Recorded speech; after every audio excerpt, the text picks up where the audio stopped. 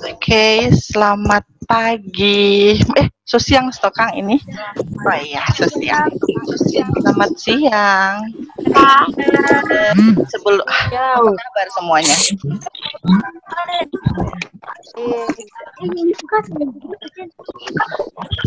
Kelas 7 apa kabar?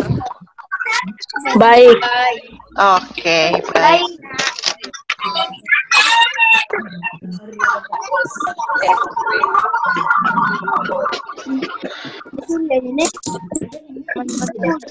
Yung bungon terbuajan.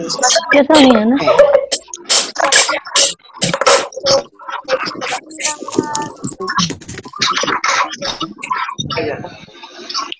So, selamat pagi semua. Selamat siang, Kote. Selamat siang. Sebelum hari ini, sebelum Ibu memulai Ibu pemateri, Ibu memperkenalkan diri. Dapat lihat ini yang di layar handphone sama layar laptop Anda semua? Dapat lihat Jo? Kalau dapat lihat kasih jempol Pak Ibu dang. Ibu mau lihat dang sayang? Mana? Dapat lihat? Oke. Hari ini mata pelajaran Bahasa Indonesia untuk seluruh kelas 7. SMP Negeri 2 Bitung. Sebelum Ibu mulai Ibu pemateri, Ibu mau perkenalkan diri karena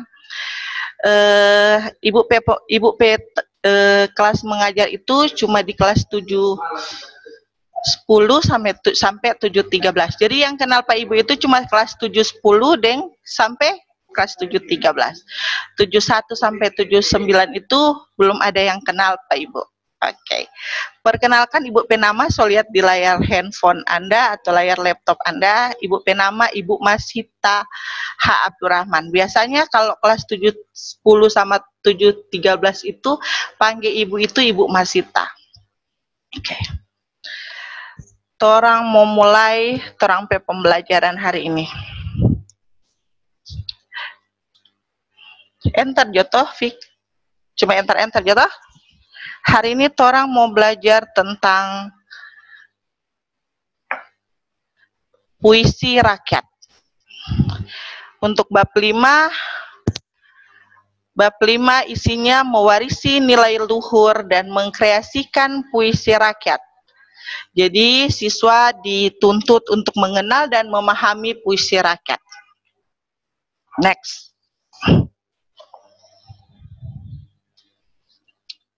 Puisi rakyat itu bisa dikatakan juga puisi lama, yang merupakan karya sastra lama dari warisan budaya nenek moyang bangsa kita yang sudah tidak dikenal pengarangnya, atau yang bersifat anonim. Jadi puisi rakyat itu bersifat anonim, yang artinya pengarangnya itu tidak dikenal karena itu melalui mulut ke mulut, karena disampaikan itu dari mulut ke mulut. Jadi tidak ada yang tahu jadi tidak ada yang tahu pengarangnya ini siapa, karena puisi rakyat itu diberitahukan dari mulut ke mulut secara lisan. Puisi lama juga terlihat amat kaku karena terikat oleh aturan seperti jumlah kata, jumlah baris, pengulangan kata di awal dan di akhir sajak atau rimah. Jadi Ibu ulang lagi, puisi lama juga terlihat amat kaku karena terikat oleh aturan-aturan seperti jumlah kata dalam baris, jumlah baris, pengulangan kata di awal dan di akhir, atau bisa dikatakan dengan rimah.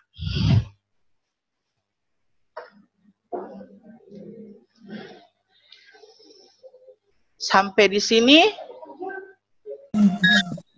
semua mengerti? Mengerti. Jadi puisi rakyat itu juga bisa dikatakan dengan puisi lama yang disampaikan dari mulut ke mulut secara lisan. Jadi pengarangnya karena disampaikan melalui mulut ke mulut, jadi pengarang atau DP yang mengeluarkan itu puisi rakyat itu tidak diketahui karena itu melalui mulut ke mulut. Sudah, so mengerti sampai di sini? Mengerti? Kalau so mengerti, kalau yang tidak dapat dengan DP suara kasih jempol, Ibu bisa lihat. Bisa mengerti? Oke.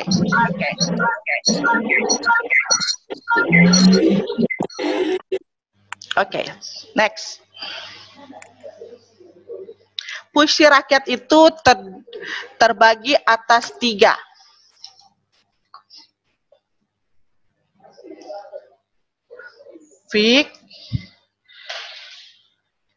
Oke. Puisi rakyat itu terbagi atas 3 jenis. Ada gurindam, pantun, dan syair. Hari ini yang orang mau bahas itu 3 itu. Tentang gurindam, pantun, dan syair. Pengertian gurindam itu adalah bentuk puisi lama yang terdiri dari 2 bait. Jadi ingat-ingat. Puisi lama yang terdiri dari 2 bait.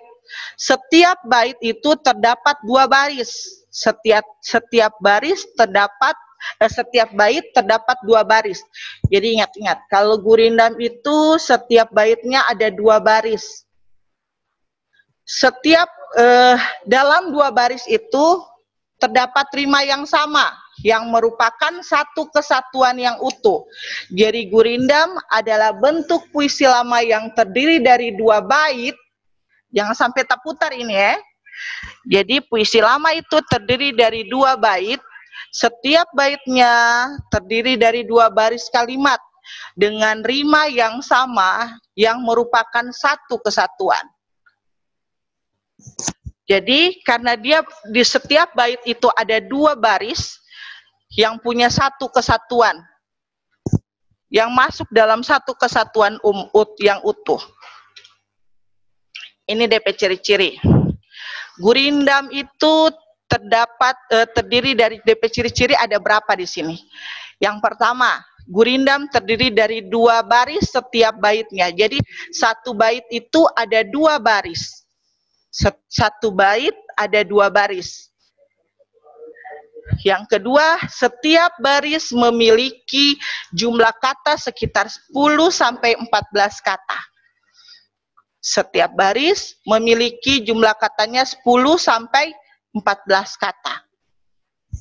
Yang berikut, yang ketiga, setiap baris memiliki hubungan sebab akibat. Ini salah tulis, ini salah ketik, Ibu salah ketik ini. Setiap baris memiliki hubungan sebab akibat. Jadi ada sebab akibat. Di setiap bait itu ada hubungannya, setiap baris itu ada memiliki hubungannya sebab akibat. Yang berikut, yang keempat, setiap baris memiliki rima atau bersajak AA, BB, CC, sampai seterusnya. Kesempatan juga tuliskan orang. Kita ada yang mau lihat loh. Oke, silakan. Bilang jadi saya tulis. Ini apa namanya? Sekarang Ngoni tulis dulu DP ciri-ciri ini. Karena Tor akan bahas di contoh di bawah.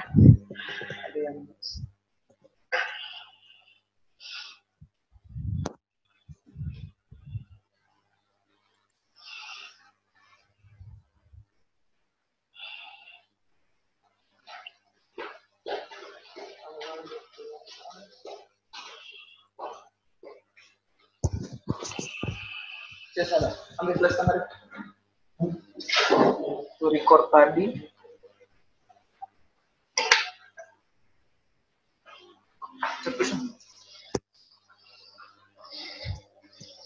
Dorang dapat lihat apa kita? Dapat. Ini kan? Ya, oke. Jadi di JP model bagian Anci. Oke. Ada slide baru ada Anci di sini. Oke.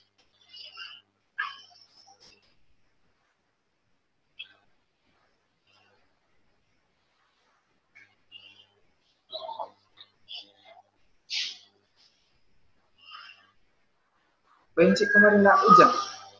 Nak ujang. Rinter-rinter sih tadi. Dari kirian tadi tadi teh kamar. Bawa motor? Enggak, itu ada antar. Syukurlah. Iya, keadaan sekarang ini. Iya. Tambah 5 lewat Paseda. Iya. Ya. Capsule kalau Paceda. Itu orang baru udah dapat kemarin dulu 2 orang. Oh, yang 2 orang itu orang Paceda. Iya. Oh. Satu terjadi apa? Di puskesmas di atas. Tuhan. Di kisah tutup kan di atas. Puskesmas itu? Iya. Oh. PNS. Sudah. Puskesmas Paceda di atas? Oh, oke. Oke. Lanjut. Ini ciri-ciri gurindam. Sudah? So tulis? Tulis saja dia pakai garis-garis besar. Sudah?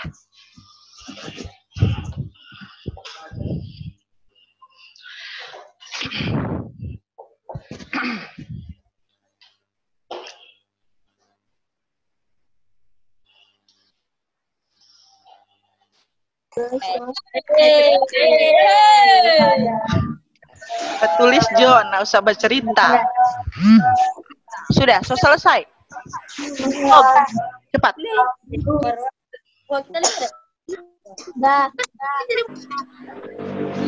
Tulis garis besarnya saja.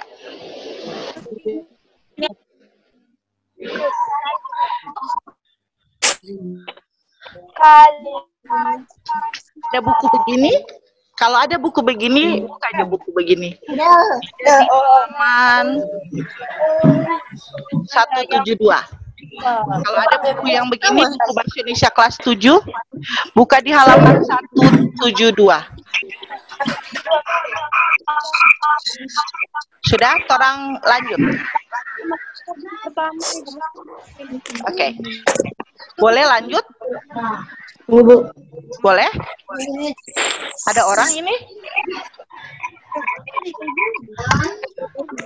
Ibu boleh lanjut, toh? Boleh. Oke. Boleh. Mewakili semuanya 87 ini ada beberapa orang yang bersuara. Ibu lanjut. Yang keempat, setiap baris memiliki rima yang bersajak A, B, B, C, C, dan seterusnya.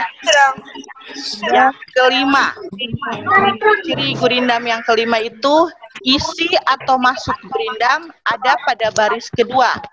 Jadi setiap satu bait terdiri dari 2 baris. Isi atau maksud dari gurindam itu berada dalam baris kedua. 172. Jadi isi atau maksud dari gurindam itu berada pada baris kedua. Yang terakhir, isi gurindam biasanya berupa nasihat-nasihat, filosofi hidup, dan kata-kata mutiara. Sudah, so mengerti? Kasih jempol kalau so mengerti. Sudah. Coba kasih jempol.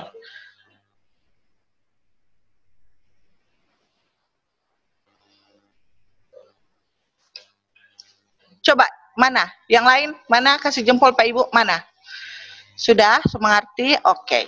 Semua ini ciri-ciri gurindam. Sekarang torang mau kaitkan dengan ini. Sekarang torang mau lihat DP contoh.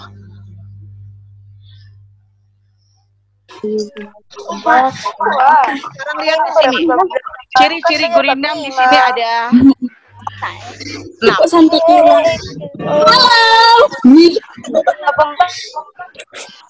Ciri-ciri gurindam sekarang lihat di sini. Kasih mood semua, Jo. Oke, Ibu sok kasih mood semua karena ini ribut. Perhatikan di sini. Sekarang orang mau lihat ciri-ciri gurindam dengan contoh. Orang mau kaitkan, mau lihat dengan contoh, mau kaitkan dengan contoh gurindam yang di bawah ini. Gurindam terdiri dari 2 baris setiap bait. Coba lihat di sini. Setiap baitnya ada dua baris. Baris pertama sama baris kedua. Yang kedua, setiap baris memiliki jumlah kata sekitar 10 sampai 14 kata, bisa juga lebih. Jadi torang hitung. Setiap barisnya memiliki 10 sampai 14 kata. Terhitung 1 2 3 4 5 6 1 2 3 4 5 6 7 8 9 10. Oke, sesuai dengan itu.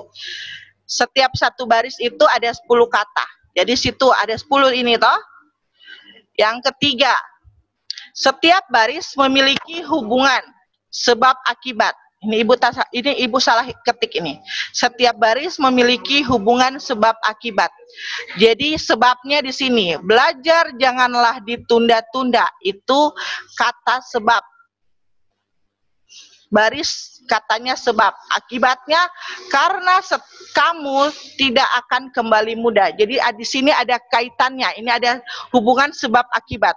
Belajar janganlah ditunda-tunda karena kamu tidak akan kembali muda. Jadi kalau misalnya Anda menunda-nunda ini belajar, kalau kalian menunda-nunda untuk belajar, itu masa muda kalian itu tidak akan pernah kembali. Jadi masa muda itu cuma berjalan satu kali. Jadi kalau Anda sia-siakan masa muda Anda, masa muda kalian menunda-nunda masa belajar, berarti masa muda kalian itu akan lewat. Yang kedua, ada contoh gurindam. Jika kamu terus menunda, hilanglah sudah kesempatan berharga. Jadi apapun yang Anda tunda-tunda, waktu itu tidak akan pernah bisa diulang. Jadi kalau Anda menunda, berarti kesempatan berharga Anda itu akan tetap hilang. Akan lewat saja. Akan berlalu begitu saja. Itu ciri-ciri yang ketiga. Sekarang ciri-ciri gurindam yang keempat. Setiap baris memiliki rima atau bersajak AA, BB, CC, dan seterusnya. Sekarang lihat. Setiap barisnya ini memiliki rima atau memiliki sajak AA. Jadi ini AA. Ini, lihat AA. Jadi kalau bukan AA, BB, CC, dan seterusnya. Ciri yang berikut. Isi atau maksud gurindam ada pada baris kedua. Jadi maksud dari kata di atas ini ada DP arti di bawah. Jadi belajar janganlah ditunda-tunda karena kamu tidak akan kembali muda. Jadi maksud dari kalau Anda menunda-nunda belajar, maksudnya di bawah sini masa muda Anda tidak akan pernah bisa kembali. Yang berikut, isi gurindam biasanya berupa nasihat, filosofi hidup atau kata-kata mutiara. Di sini lihat. Di sini filosofi hidup atau kata-kata mutiara. Ini nasihat di bawah sini. Ini contoh gurindam yang Ibu Datus ini berupa nasihat. Belajar jangan ditunda-tunda karena masa muda itu tidak akan pernah bisa kembali. Itu nasihat. Jika kamu terus menunda, hilanglah sudah kesempatan berharga. Jadi itu juga nasihat. Jadi kalau Anda menunda-nunda apapun itu, kesempatan itu tidak akan pernah bisa kembali. Kesempatan kalau misalnya sudah dapat kesempatan satu kali, kesempatan itu tidak akan, kalau Anda tunda, kesempatan itu tidak akan pernah bisa kembali. Oke. Sekarang ciri-ciri gurindam di sini Ibu mau tanya dulu. Mengerti? Ciri-ciri gurindam dikaitkan dengan ciri-cirinya bisa mengerti. Contohnya dikaitkan dengan ciri-cirinya mengerti di sini. Mengerti kan ya Anda? Ibu. Mengerti. Mengerti. Oke. Yang lain? Mengerti.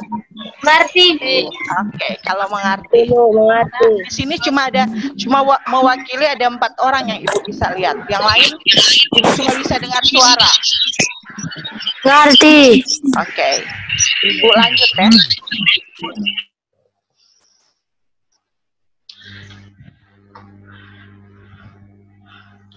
Oke. Sekarang orang mau bicara ke pantun. Pantun merupakan puisi lama atau puisi rakyat yang mengakar dalam budaya masyarakat Indonesia. pantun sendiri dalam berbagai bahasa seperti contoh, ada berbagai bahasa. Contohnya bahasa Tagalog atau tonton, bahasa Jawa atau tuntun, dan dalam bahasa Toba atau bisa dikatakan dengan pantun. Biasanya pantun digunakan untuk mendidik sambil menghibur. Menurut isinya, pantun sendiri terdiri dari beberapa. Ada pantun anak, ada pantun muda-mudi, ada pantun nasihat atau pantun agama, ada pantun teka-teki, dan ada pantun jenaka. Jadi, pantun itu biasanya untuk mendidik sambil menghibur. Karena supaya zaman dahulu rakyat dulu ya belum mengenal itu alat tulis. Jadi mereka menasihati anak saudara mereka itu tidak menggunakan tulisan. Jadi menggunakan pantun supaya tidak menyinggung. Jadi karena mereka takut menyinggung perasaan orang lain sampai mereka menggunakan pantun. Karena isinya pantun itu mendidik sambil menghibur. Mereka mendidik anak, mendidik keluarga, mendidik orang lain itu sambil mereka menghibur. Ini pantun ini ada beberapa jenis, ada pantun anak, pantun muda-mudi, agama atau nasihat, ada pantun teka-teki, ada juga pantun jenaka. Ciri-ciri pantun di sini ada beberapa. Ini cuma ciri-ciri umumnya saja. Jadi ibu ambil ada 5 ini. Ciri-ciri pantun yang umum. Yang pertama, di sini di bawah sini ada contoh pantun. Tora akan bahas satu-satu. Setiap bait terdiri dari 4 larik. Jadi bedanya pantun sama gurindam. Kalau gurindam itu satu bait terdiri dari 2 baris. Kalau pantun ini 4 baris itu 1 larik itu. 1 bait itu ada 4 baris. Jadi pantun itu ada dalam 1 bait ada 4 baris atau 4 larik. Setiap baris terdiri atas 8 sampai 12 suku kata. Yang pertama, orang akan bahas. Setiap bait terdiri dari 4 larik. Jadi ini 4 larik. Ini 1 bait. Ini 1 bait ini. 1 bait ada 4 baris. Jadi baris pertama, baris kedua, baris ketiga, dan baris keempat. Setiap baris terdiri dari 8 sampai 12 suku kata. Bisa juga lebih. Ini orang hitung 1, 2, 3, 4, 5, 6, 7, 8, 9, 10, 11, 12, 13, 14, 15, 16, 17. Jadi 8 sampai 12 suku kata, bisa juga lebih. Ciri yang ketiga, rima akhir setiap baris adalah ABAB. Bedanya ciri umum dari gurindam itu rimanya ada AA, BB. Sedangkan pantun itu AB, AB. Jadi orang lihat di sini. AB, AB, AB. Jadi baris pertama dan baris ketiga itu sama DP akhiran. Huruf akhirannya sama. Baris kedua sama baris keempat itu huruf akhirannya sama. Itu dikatakan baris rima dari baris tersebut adalah AB, AB. Ciri umum yang keempat, baris pertama dan kedua merupakan sampiran, sedangkan baris ketiga dan keempat merupakan isi. Coba lihat di sini. Coba lihat di sini. Baris pertama dan kedua merupakan sampiran, sedangkan baris ketiga dan keempat merupakan isi. Baris pertama ini dan kedua ini sampiran. Kalau ada jarum patah, jangan dimasukkan ke dalam peti. Itu sampiran. Sedangkan baris ketiga dan keempat itu merupakan isi. Maksud dari sampiran di atas. Kalau ada kataku yang salah, jangan dimasukkan ke dalam hati. Jadi baris pertama dan kedua itu adalah sampiran, sedangkan baris ketiga dan keempat itu adalah isi. Begitu juga contoh yang di bawah. Lebat daun bunga tanjung, berbau harum bunga cempaka. Adat dijaga, pusaka dijunjung, baru terpelihara adat pusaka. Jadi sampirannya baris pertama dan baris kedua, sedangkan isinya baris ketiga dan baris keempat.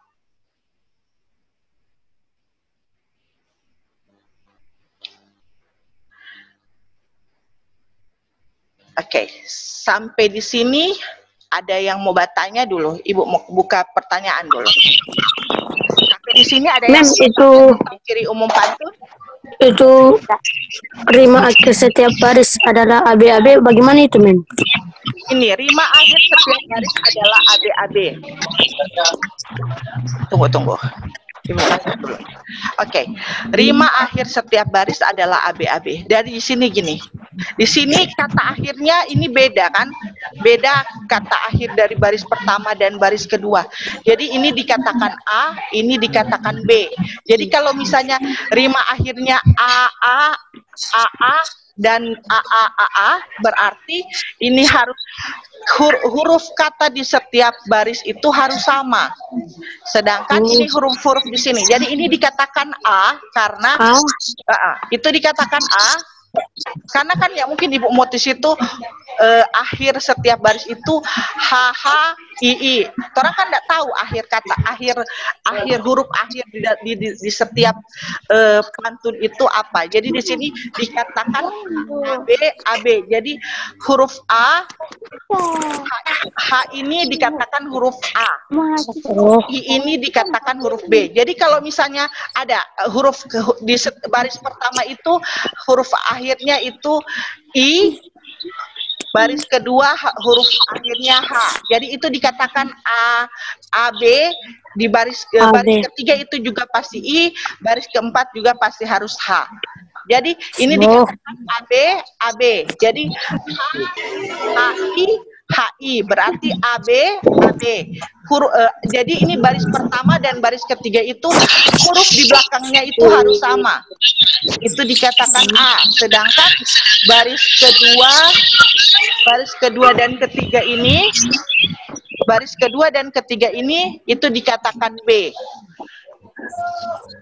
Huruf apapun yang penting yang baris pertama dan baris kedua ini baris ketiga ini sama, baris ketiga dan baris keempat itu sama, berarti dikatakan AB, AB. Jadi baris pertama A, baris kedua B, baris ketiga A, baris keempat itu B. Jadi di sini rima akhir setiap baris. Jadi huruf akhir setiap baris itu dikatakan AB, AB. Jadi kalau misalnya ada juga rima akhirnya rima akhirnya AA, AA, tapi itu untuk pantun bukan pantun lama, itu pantun yang baru, pantun untuk yang sudah diubah. Sudah, mengerti. Jadi ini rima akhirnya AB, AB. Jadi rima akhirnya AB, AB. Jadi untuk baris pertama dan baris ketiga itu harus huruf akhirnya itu harus sama. Sama deh gitu, huruf akhirnya sama, baris pertama H, baris ketiga H, baris kedua I, baris keempat, baris ketiga I, baris keempat I. Jadi ini dikatakan AB, AB. AB. Oh iya. Begitu juga untuk contoh yang kedua ini. Huruf akhir di huruf baris pertama itu G, sedangkan itu dikatakan A. Huruf yang ketiga itu di baris ketiga itu hurufnya G. Jadi itu AB, AB. Oh, AB, AB. Ya, ini AB, AB. Ini juga begitu AB, AB. Sudah, mengerti? Sudah. Oke. Ada lagi yang mau bertanya? Itu. Jadi rima itu persamaan kata. Bunyi yang sama. Bunyi saya. Bunyi yang sama. Ya. Bukan persamaan kata, bunyi yang sama. Ya. Jadi rima itu adalah persamaan bunyi yang sama. Jadi di sini pantun di sini bunyi kata akhir di baris itu adalah patah, sedangkan yang ketiga itu adalah salah. Jadi untuk Jadi bunyi bukan kata yang sama, bunyi. baris kedua adalah peti dan baris keempat adalah hati. Itu Jadi bunyi toh? itu adalah Bukan persamaan. kata yang sama, bunyi. Bu Nurjana, makasih. Oke, lanjut. Oke. Jadi sampai di sini ada yang mau bertanya, sobat. Ada yang mau bertanya? Iya. Suruh bikin pantun pada orang, suruh bikin. Dan Burinda. Oke. Kelas 7 masih ada yang bertanya? Sonda? Kelas 7 masih ada yang bertanya, Sonda? Masih ada? Halo, masih ada? Masih ada orang ini? Kelas 7? Udah. Oke. Apa orang masih ada? Ibu coba kasih mute ini ya.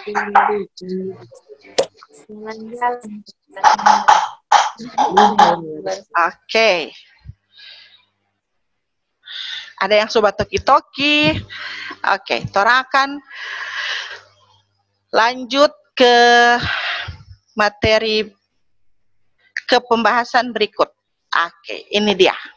Syair. Syair merupakan salah satu puisi rakyat atau bisa dikatakan puisi lama yang berasal dari Persia atau Arab yang dibawa masuk ke Nusantara bersama dengan masuknya Islam ke Indonesia. Jadi syair itu masuk itu dari Persia, berasalnya dari Persia atau Arab yang dibawa masuk ke Nusantara atau Indonesia bersama dengan masuknya Islam. Dalam bahasa Arab, syair itu bisa juga dikatakan dengan syair atau syu'ur, yang artinya perasaan yang menyadari. Kemudian berkembang menjadi syiru, yang berarti puisi dalam pengetahuan umum. Syair biasanya akan berisi nasihat atau sebuah cerita. Sekarang tulis dulu ini. Tulis DP garis besar saja. Karena sebentar Ibu akan kasih soal.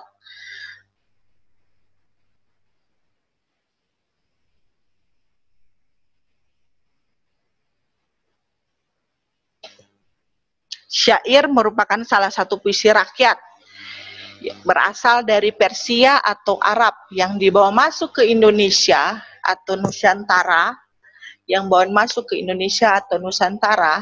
bersama dengan masuknya Islam. Syair itu bahasa Arab dari syair itu syair atau syu'ur, yang artinya perasaan yang menyadari. Kemudian berkembang menjadi syiru, yang berarti puisi di dalam pengetahuan umum.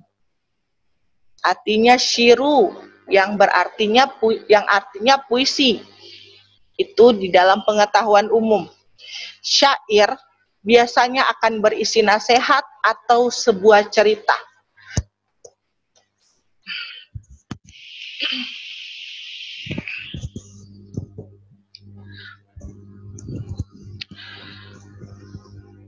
Sudah?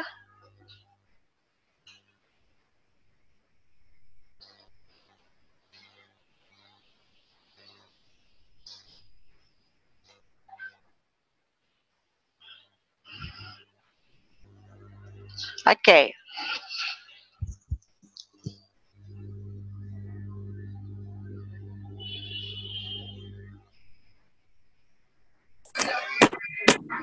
Sudah, tulis garis besarnya saja. Sudah. Sudah, oke. Next. Sudah.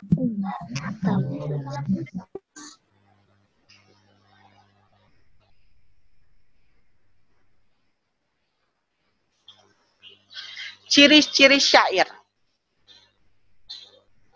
Oke.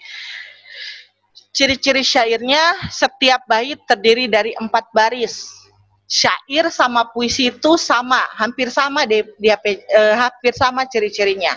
Kalau di pantun setiap bait terdiri dari 4 baris, di syair juga setiap bait itu terdiri dari 4 baris. Oke. Setiap bait terdiri dari 4 baris. Tora akan lihat di sini. Inilah gerangan suatu madah. Mengarangkan syair terlalu indah. Membetuli jalan tempat berpindah. Di sanalah ihtikat diperbetuli sudah.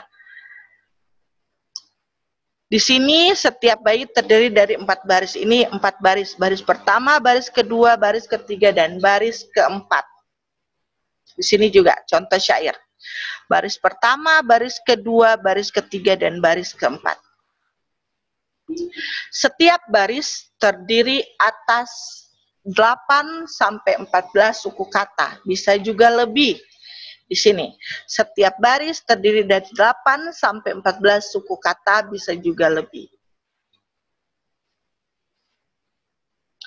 Baris pertama, baris kedua, baris ketiga, ini sini. 1, 2, 3, 4 suku kata. Inilah 1, 2, 3, 4, 5, 6, 7, 8, 9, 10, 11, 12, 13, 14, 15, 16. Ciri-ciri syair barisnya.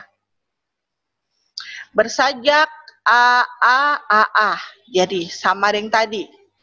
Sajak itu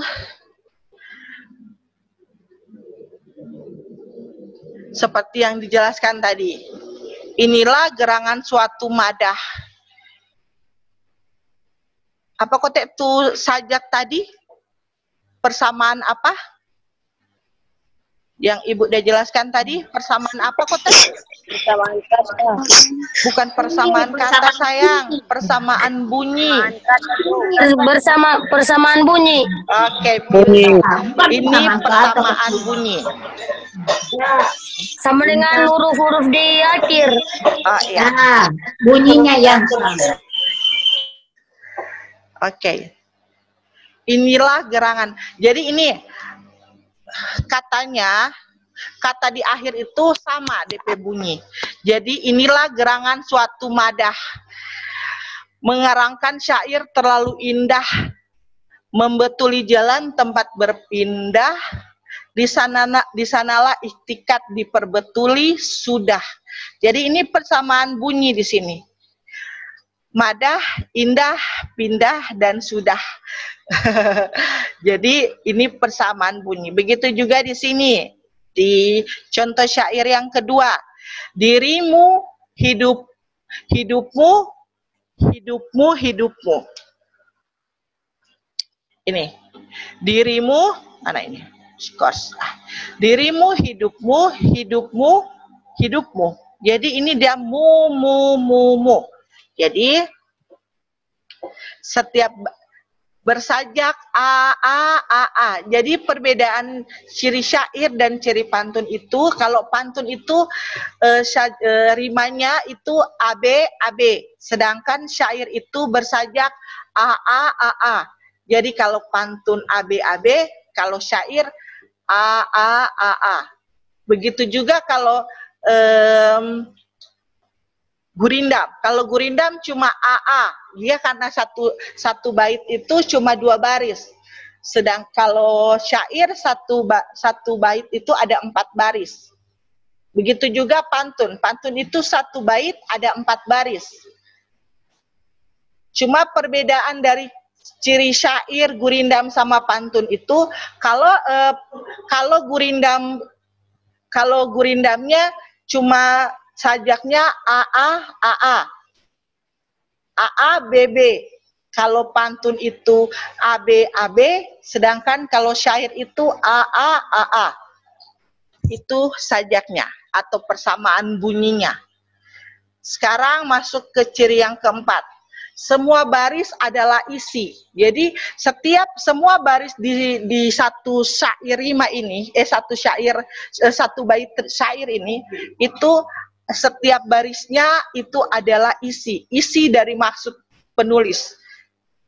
Jadi isi dari maksud ini pencipta ini syair ini maksudnya itu di dalam semua baris itu isinya. Maksud dari pencipta ini, syair ini. Ini DP dalam ini isi semua. Jadi maksud yang ingin disampaikan oleh pencipta syair ini di dalam 4 baris itu semuanya isi.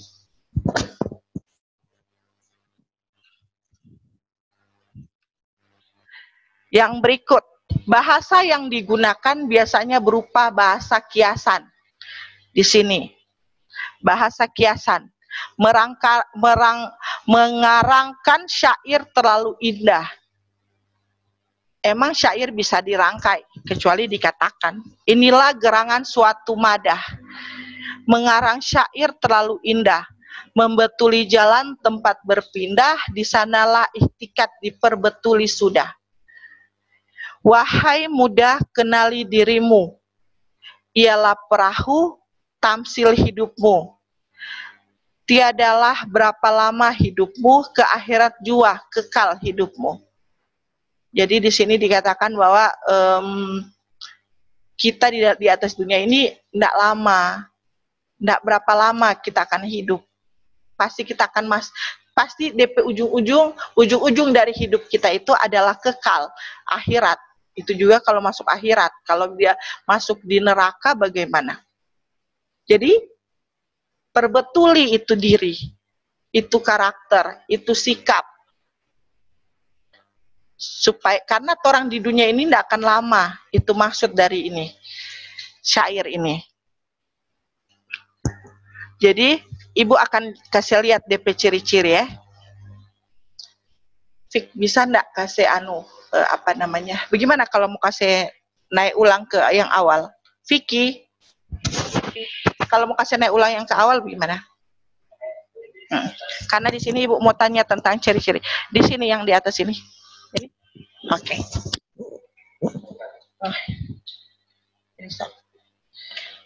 Ini. Oke. Ini. Jadi orang akan lihat DP perbedaan ini ciri-ciri gurindam, pantun sama syair. Kalau gurindam terdiri dari setiap bait itu terdiri dari 2 baris. Sedangkan pantun setiap bait itu terdapat 4 baris. Begitu juga dengan syair. Setiap baitnya terdiri dari 4 baris. Kalau misalnya sajak dari gurindam itu AA, sajak dari pantun itu AB, sedangkan sajak rimanya dari syair atau bersajaknya dari syair itu AA. Sudah? Sekarang Ibu mau tanya.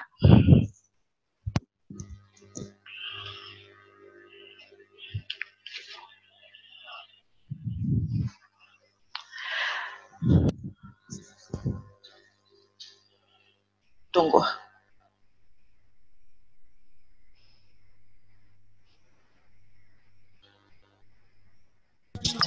Oke. Sekarang Ibu mau tanya. Ibu mau ulang. Mau selewat jam.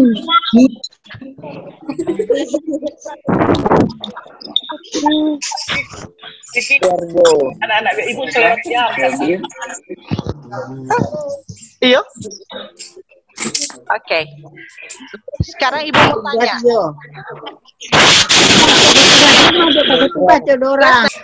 Tugasnya nanti Kak Vicky mau bagi di WA grup kelas. Begitu Taufik. Oke. Tugasnya nanti mau dibagi di WA grup kelas. Soalnya ada 3 soal. Oke. Sampai di sini dulu perjumpaan kita. Nanti insya Allah kalau ada kesempatan kita akan lanjut lagi. Sampai jumpa lagi.